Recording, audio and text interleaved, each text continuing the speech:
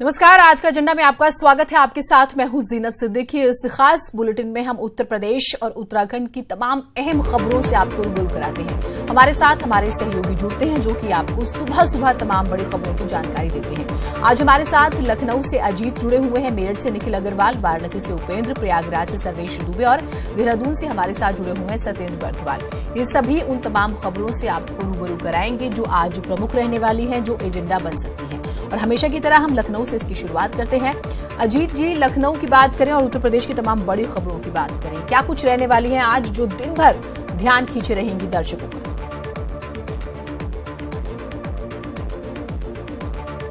बिल्कुल जीनत, सही बात आपने कही। अगर राजधानी लखनऊ की बात करें तो सबसे जो दिलचस्प खबर होगी, बड़ी खबर होगी, वो विधानसभा सत्र की होगी। कल राज्यपाल के भाषण के दौरान जिस तरह हंगामा हुआ, कागज के गोले फेंके गए, आज दूसरे दिन भी विपक्ष सरकार को घेरेगी। 25 साल बाद समाजवादी पार्टी और बसपा एक साथ सदन में दिख रही है, एक साथ विरोध प्रदर्शन कर रही है और कांग्रेस भी कहीं न कहीं अघोषित तौर पर उनके साथ खड़ी नजर आ रही है। अगर दूसरी खबर की बात करें तो वो है राज्य कर्मचारियों की हड़ताल। लगभग 30 लाख कर्मचारी थे, हालांकि 20 लाख कर्मचारी जो संयुक्त मोर्चा, उन्होंने रात में मुख्य सचिव से मुलाकात की और इस जो है ऐलान, एक तरीके से कहा जाए जो प्रदर्शन है उसमें वो शामिल नहीं होंगे, लेकिन फिर भी क्योंकि इसकी घोषणा की गई है तो लिहाजा सरकार की तरफ से एस्मा लागू किया गया है। उसके बाद भी 7 दिवसीय हड़ताल आज शुरू हो रही है, तो उस पर भी हमारी नजर होगी। इसके अलावा मुख्यमंत्री योगी आदित्यनाथ आज अलीगढ़ और बुलंदशहर के दौरे पर हैं और साथ ही राष्ट्रीय अध्यक्ष अमित शाह भी रहेंगे और कार्यकर्ताओं और जो पदाधिकारी हैं उनको 2019 के लोकसभा चुनाव की जीत का मंत्र देंगे। तो 3 ये बड़ी खबरें होंगी। इसके अलावा जो उत्तर प्रदेश की सियासत है, राम मंदिर का मुद्दा, जिस तरह मोहन भागवत ने कहा कि अब चुनाव बाद होगा, तो आरएसएस और बीएचपी एक तरीके से बैकफुट पर आ गई है कि हमें हमारे ऊपर आरोप लग रहा है और संत भी नाराज हैं। तो इन खबरों पर हमारी नजर होगी और आखिर किस तरीके से उत्तर प्रदेश की सियासत में क्या क्या हो रहा है। कल आपने पश्चिम बंगाल में देखा था और अभी भी वो सिलसिला जारी है, तो इस पर हमारी नजर होगी। जीनत, ठीक, बहुत महत्वपूर्ण आपने जानकारी दी और इसको भी जानने की कोशिश करेंगे कि राम मंदिर को लेकर हमने संघ प्रमुख का भी स्टेटमेंट सुना है। अभी हम सत्येंद्र से बात करेंगे तो वो हमें बताएंगे भी कि इस साल तक राम मंदिर का निर्माण शुरू हो जाएगा, बन जाएगा और वो बातचीत कर रहे हैं, चाहे चुनाव से पहले हो या चुनाव से बाद हो, सरकार किसी की भी आए लेकिन राम मंदिर बन जाएगा। तो उसके आधार क्या है वो हम जानने की कोशिश करेंगे। सत्येंद्र हमारे साथ देहरादून से जुड़े हुए हैं। सत्येंद्र, उत्तराखंड की बड़ी खबरें देहरादून से आज क्या कुछ ऐसा महत्वपूर्ण रहने वाला है? वैसे तो उत्तराखंड में कई छोटी बड़ी खबरें रहेंगी जिसको हम अपने दर्शकों तक पहुंचाएंगे, लेकिन जो अहम खबरों की बात करें तो आज त्रिवेंद्र सरकार की कैबिनेट बैठक है जिसमें कई अहम फैसलों पर मुहर लगेगी। साथ ही मोहन संघ प्रमुख यहाँ पे पिछले 2 दिन के से यहाँ डेरा डाले हुए हैं। तो वही खबर मौसम विभाग से भी है। और अगर हम बात करें देहरादून उत्तराखंड की खबरों की बात, तो उत्तराखंड में जो राज्य कर्मचारी हैं वो भी आंदोलित होते हुए दिख रहे हैं कि उन्होंने जो राज्य सरकार पे वादा खिलाफी का भी आरोप लगाया है। जी जीनत, ये जो बड़ी खबरें रहेंगी इसको हम आज अपने दर्शकों तक पहुंचाएंगे।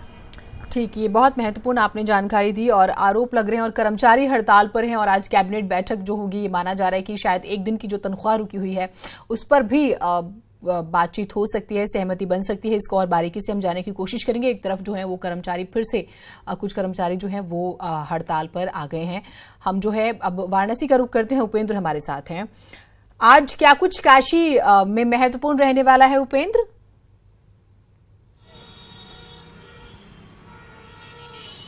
बिल्कुल जीनत, जिस तरीके से आप बात की शुरुआत कर रही थी कि सियासी माहौल कैसा है और राम मंदिर से लेकर जो अन्य मुद्दे हैं, तो लगभग जिस चुनाव अब अपने पूरे मूड पे आ गया है और शायद इसीलिए भाजपा के राष्ट्रीय अध्यक्ष अमित शाह अब पूर्वांचल में जो अपने बूथ अध्यक्षों के जरिए जो उनका किला है, भाजपा का सियासी किला, उसको जो है दुरुस्त करने की कवायद करेंगे। और उसी की कड़ी में 8 तारीख को अमित शाह जौनपुर में कई जिलों के बूथ अध्यक्षों के साथ, पूर्व विधायकों, सांसदों, पूर्व सांसदों के साथ संवाद करेंगे। और ये संवाद इसलिए बेहद अहम हो जाता है क्योंकि अब जिस तरीके से अमित शाह के बाद 10 दिन बाद खुद प्रधानमंत्री नरेंद्र मोदी यहाँ आएंगे और 2200 करोड़ की सौगात देंगे, तो माना जा रहा है कि आचार संहिता की जो घड़ी है वो लगभग नज़दीक आ गई है। और शायद इसीलिए कि अब जितने भी तर्कश के तीर हैं वो पार्टियां इस्तेमाल कर रही हैं। और सबसे बड़ा, चूंकि पूर्वांचल भाजपा का गढ़ है, खुद प्रधानमंत्री नरेंद्र मोदी यहाँ बनारस से सांसद हैं,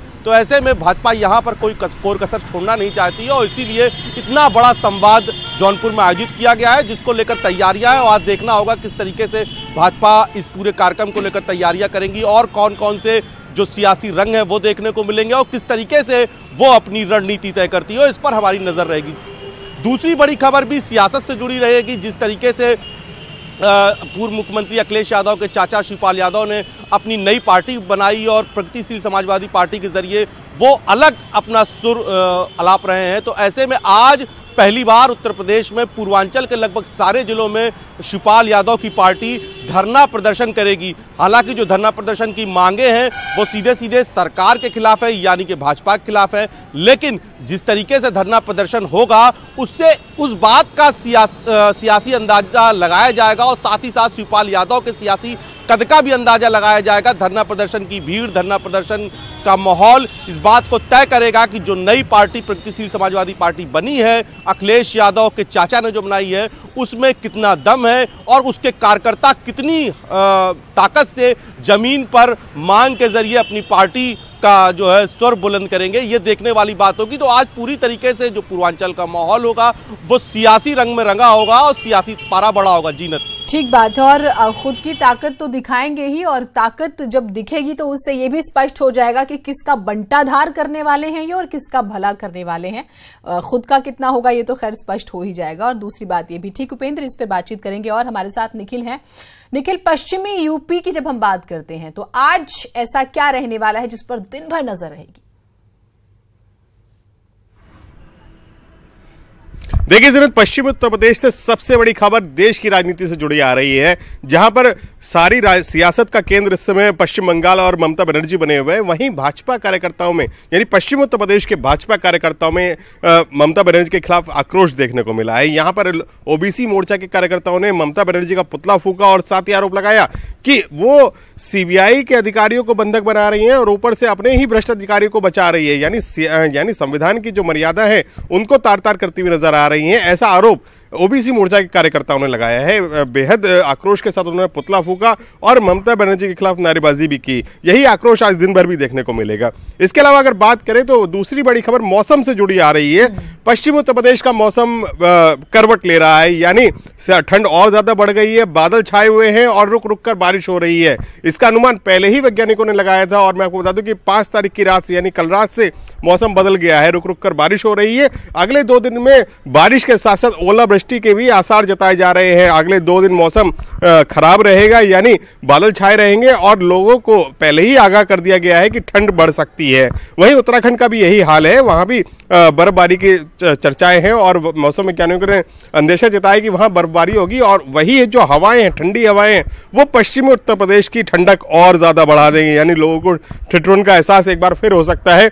और तीसरी जो बड़ी खबर है वो राजनीतिक के क्षेत्र से आ रही है। मैं आपको बता दूं कि मोहन भागवत अगले 8 तारीख को गाजियाबाद के प्रवास पर रहेंगे। 2 दिन तक वो गाजियाबाद में मंथन करेंगे, राजनीतिक चर्चा करेंगे और लोगों के साथ संवाद भी करेंगे। यही मैं आपको बता दूं कि गाजियाबाद में भाजपा के बड़े नेताओं का भी डेरा रह सकता है, यानी पश्चिम उत्तर प्रदेश जो कि भाजपा के लिए बहुत अहम रहता है, हमेशा से भाजपा का गढ़ माना जाता है, लेकिन इस बार सियासी हालात वैसे नहीं है।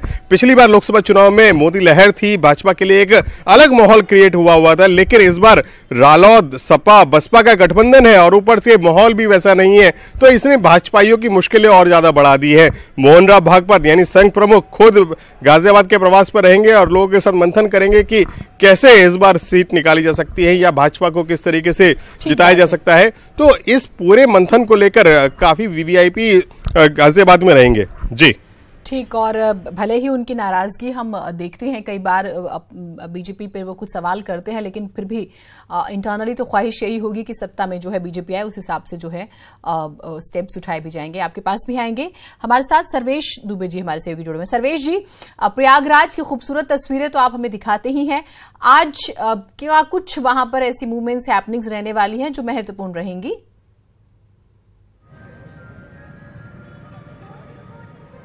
जी देखिए, प्रयागराज की बात अगर करें तो प्रयागराज में कुंभ का आयोजन हो रहा है, जो विश्व का सबसे बड़ा धार्मिक और आध्यात्मिक मेला है। यहाँ से जो खबरें रहने वाली हैं, आज गुजरात के मुख्यमंत्री विजय रूपाणी कुंभ के दर्शन करने आने वाले हैं। दिव्य और भव्य कुंभ जो आयोजित हो रहा है, देर शाम तक वो यहाँ पहुंचेंगे, उसकी तैयारियां हैं।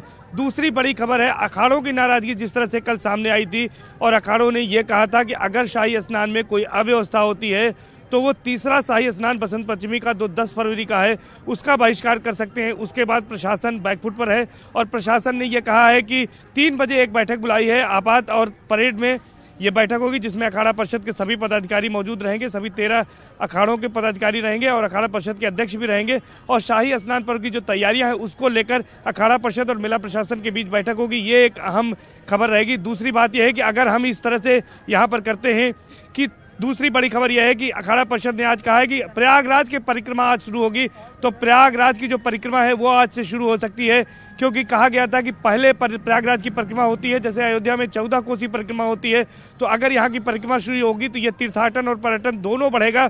और यहाँ के जो भगवान हैं प्रयागराज के बेड़ी माधव के साथ ही साथ बड़े हनुमान मंदिर, भरद्वाज आश्रम, पड़ीला महादेव, इन सबको इस सर्किट में जोड़ा जाएगा। और एक प्रयागराज परिक्रमा जब शुरू होगी तो यहाँ पर श्रद्धालु आएंगे और तमाम जो यहाँ के आसपास के मंदिर हैं उनका दर्शन करेंगे और यहाँ पर पर्यटन और तीर्थाटन को बढ़ावा मिलेगा। इसके साथ ही साथ अगर बात करें तो जो शहर के बाहर की खबरें हैं, वो यूपी बोर्ड की परीक्षाएं हाई स्कूल इंटरमीडिएट की कल से शुरू हो रही हैं। चूंकि यूपी बोर्ड का मुख्यालय प्रयागराज में ही है, इलाहाबाद में है, तो ये एक बड़ी खबर रहेगी, क्योंकि 57 लाख से ज्यादा परीक्षार्थी इसमें सम्मिलित हो रहे हैं। 8,000 से ज्यादा परीक्षा केंद्र बनाए गए हैं, 1,300 से ज्यादा संवेदनशील और 300 से ज्यादा असंवेदनशील परीक्षा केंद्र यहाँ पर है।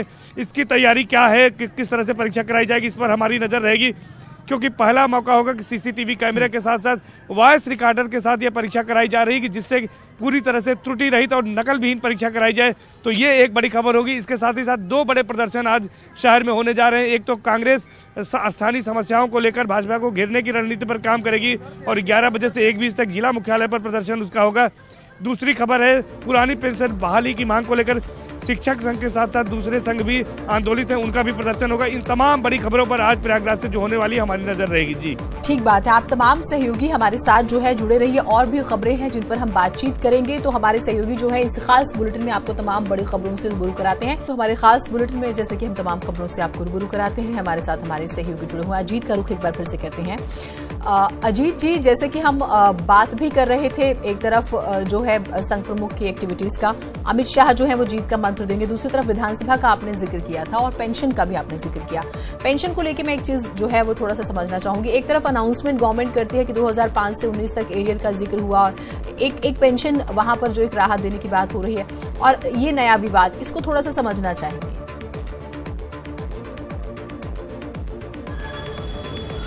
बिल्कुल जीनत, लगातार जो राज्य कर्मचारी हैं वो पुरानी पेंशन व्यवस्था को जिस तरह पहले लागू थी उसको बहाली चाहते हैं, लेकिन सरकार चाहती है कि वो व्यवस्था अगर लागू होगी तो पूरे देश में लागू होगी और केंद्र सरकार की उसमें हिस्सेदारी होगी। लेकिन उत्तर प्रदेश में तीसरी बार ये राज्य कर्मचारियों की हड़ताल है और सरकार पर दबाव बनने की कोशिश की गई। इस बार सरकार ने थोड़ी सख्ती बरती और मुख्य सचिव की तरफ से एक शासनादेश जारी करते हुए एस्मा लगा दिया गया कि जो हड़ताल में शामिल होगा उसके खिलाफ कार्रवाई की जाएगी, उसको वेतन उसका काटा जाएगा, निलंबित किया जाएगा। लेकिन अब जो राज्य कर्मचारी हैं वो मानने को तैयार नहीं, वो इस बात पर अड़े हैं कि हमें फंड या जीपीएफ नहीं चाहिए, हमें पुरानी पेंशन व्यवस्था की बहाली चाहिए। हालांकि जो संयुक्त कर्मचारी मोर्चा है उन्होंने कल मुख्य सचिव से मुलाकात की थी, अनूप चंद पांडे से, और उन्होंने कहा कि हम हड़ताल का हिस्सा नहीं है। लेकिन जो एक और बड़ा धड़ा है, जो वो राज्य कर्मचारियों का जो मोर्चा है वो आज हड़ताल के लिए आमादा, और हड़ताल का जो स्थल है वहां धीरे धीरे लोग जुट रहे हैं। तो निश्चित तौर पर सरकार के लिए बड़ी मुसीबत होगी, क्योंकि 2019 का लोकसभा चुनाव, और अगर उत्तर प्रदेश में सरकार ने जिस तरह रात में घोषणा भी की कि हम आपके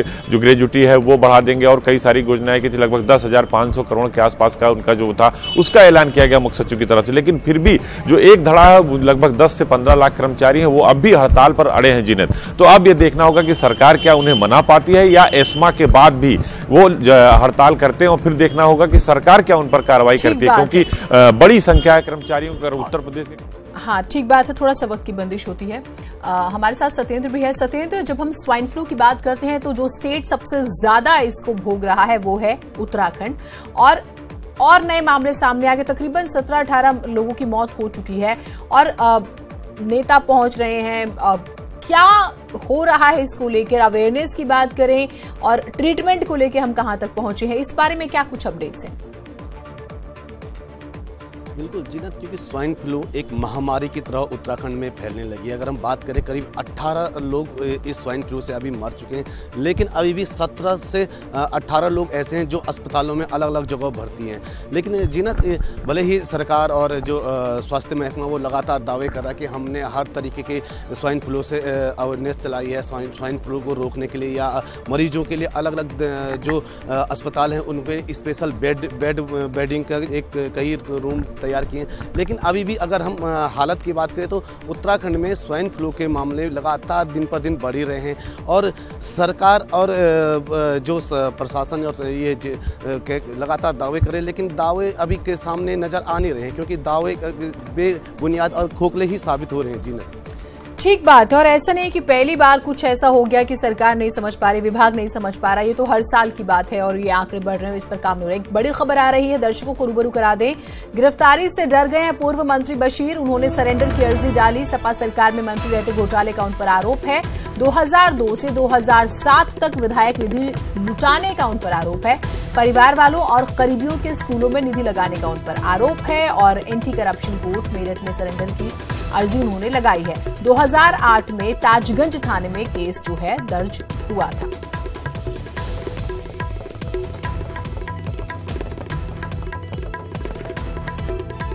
और निखिल हमारे साथ है। निखिल, पश्चिमी यूपी को साधने की बहुत कोशिशें हो रही हैं और तकरीबन सभी पार्टियों का फोकस फिलहाल तो वहीं पर नजर आ रहा है। जी बिल्कुल, पश्चिम उत्तर प्रदेश भाजपा का गढ़ माना जाता है, और ऐसे में रालौत की भी ये जमीन है, सियासी जमीन है। मैं आपको बता दूं कि सपा बसपा और रालौत का गठबंधन हो गया, और सबसे ज्यादा साधने की कोशिश पश्चिम उत्तर प्रदेश को हो रही है, क्योंकि बहुत बड़ी संख्या में करीब 23 सीटों पर पश्चिम उत्तर प्रदेश आता है। और यहाँ पर जिस तरीके से मोहन भागवत गाजियाबाद में प्रवास करेंगे 2 दिन, 8 तारीख को पहुंच जाएंगे और 10 तारीख तक वो प्रवास करेंगे, तो यानी भाजपा भी पूरी तरीके से फोकस किए हुए है कि पश्चिम उत्तर प्रदेश से सीटें कैसे निकाली जाए। ऊपर से भाजपा के जो केंद्रीय मंत्री है उनका डेरा रहेगा, जो स्थानीय लोग हैं उनका डेरा रहेगा, और मोहन भागवत जो संघ प्रमुख है वो खुद लोगों से संवाद करेंगे कि आखिर सियासी जमीन कैसे ठीक की जाए यहाँ पर। वहीं सपा बसपा भी निगाहें बनाए हुए हैं, और रालौत जो उसकी सियासी जमीन पश्चिमी उत्तर प्रदेश है, मेरठ बागपत और मुजफ्फरनगर में जिस तरीके से रालौत सक्रिय है, तो वो वहां पे पैर जमाने की कोशिश कर रहे हैं। तो भाजपा के लिए इस बार टेढ़ी खीर हो सकती है। मोहन भागवत प्रयास कर रहे हैं और भाजपा भी प्रयास कर रही है जिससे कुछ सुधर सके, कुछ जो पहले वाला माहौल था वो क्रिएट हो सके, लेकिन इस बार अभी तक वो माहौल दिखाई नहीं दे रहा है। उपेंद्र पूर्वांचल में भी हो रही है, क्योंकि शाह की क्लास तो वहां पर भी लगने वाली है। हाँ बिल्कुल जीनत, जो आप कह रही हैं यही कोशिश हो रही है, क्योंकि अब कहीं ना कहीं जो इंटरनली फीडबैक है वो ये कि अब आचार संहिता की घड़ी नज़दीक आ गई है। शायद इसीलिए अब पूरा जोर, पूरा दमखम जुटाया जा रहा है। और 8 तारीख को अमित शाह यहाँ पर 15 जिलों के करीबन 28,000 बूथ अध्यक्षों के साथ संवाद करेंगे, और ये संवाद माना जा रहा है कि फाइनल वो होगा, फाइनल मूल मंत्र होगा जीत का, और फाइनल मूल मंत्र होगा चुनाव लड़ने का। और इसी के बाद पार्टी जो है अपनी तैयारियां शुरू करेगी, उसी हिसाब से रणनीति तैयार करेगी। और शायद इसीलिए कि पश्चिमांचल पहले हुआ, फिर बुंदेलखंड कानपुर वाला प्रांत हुआ, फिर अवध हुआ, अंतिम में पूर्वांचल रखा गया, क्योंकि उसके 10 दिन बाद ही प्रधानमंत्री नरेंद्र मोदी एक बार फिर आ रहे हैं और इस बार 2200 करोड़ की सौगात दे रहे हैं। तो बिल्कुल जीनत, अब सियासी पारा बढ़ चुका है, और जिसे कह सकते हैं कि जमीन तैयार हो गई है, और अब जो है लड़ाई अंतिम उस पे मुकाबला। और ये एक्टिविटीज जो है हमें बहुत ज्यादा अब नजर आएगी और बहुत स्पीड से नजर आने वाली है। ये तो बिल्कुल सही बात है, क्योंकि आचार संहिता का बहुत ज्यादा वक्त नहीं रह गया है। प्रयागराज से हमारे सहयोगी सर्वेश भी हैं। सर्वेश जी, परिक्रमा का जिक्र करते हैं, अखिल भारतीय अखाड़ा परिषद जो है परिक्रमा करेगा, और क्या कुछ रहने वाला है, बहुत कम शब्दों में बताइए। देखिए, परिक्रमा की जो शुरुआत हो रही है वाकई जो है एक पुरानी परंपरा को पुनर्जीवित करने का प्रयास किया जा रहा है कि प्रयागराज में जिस तरह से यहाँ के देवता वेड़ी माधव कहे जाते हैं, और यहाँ पर 12 वेड़ी माधव हैं और तमाम प्राचीन मंदिर हैं, इसके साथ ही साथ पड़ला महादेव है, भरद्वाज मुनि का आश्रम है, ये तमाम जो धार्मिक स्थान है, अगर ये परिक्रमा शुरू होती है तो जिस तरह से अयोध्या में 14 कोसी परिक्रमा होती है, उसी तरह से यहाँ भी लोग आएंगे, परिक्रमा करेंगे, तो निश्चित तौर पर तीर्थाटन और पर्यटन दोनों को बढ़ावा मिलेगा। ये प्रयास है जिसमें प्रशासन भी लगातार सहयोग कर रहा है। इसके साथ जो हमने बताया कि जो बड़ी खबरें हैं उनमें में से ये कह सकते हैं कि सभी देशों के यहाँ पर राजदूत आ चुके हैं और कई देशों के प्रतिनिधि आ चुके हैं। अभी जैसा बताया जा रहा है कि 24 फरवरी को एक बार फिर से 200 देशों के यहाँ प्रतिनिधि आएंगे, जिनका स्वागत स्वास्थ्य मंत्री ठीक। वक्त की थोड़ी सी बंदिश है, आप लोग जुड़े हमारे साथ, बहुत शुक्रिया। और ज्यादा खबरों को विस्तार से देखने के लिए आप न्यूज़ 18 उत्तर प्रदेश उत्तराखंड जो है वो जरूर देखते रहें। फिलहाल इस बुलेटिन में इतना ही, दीजिए इजाजत। नमस्कार।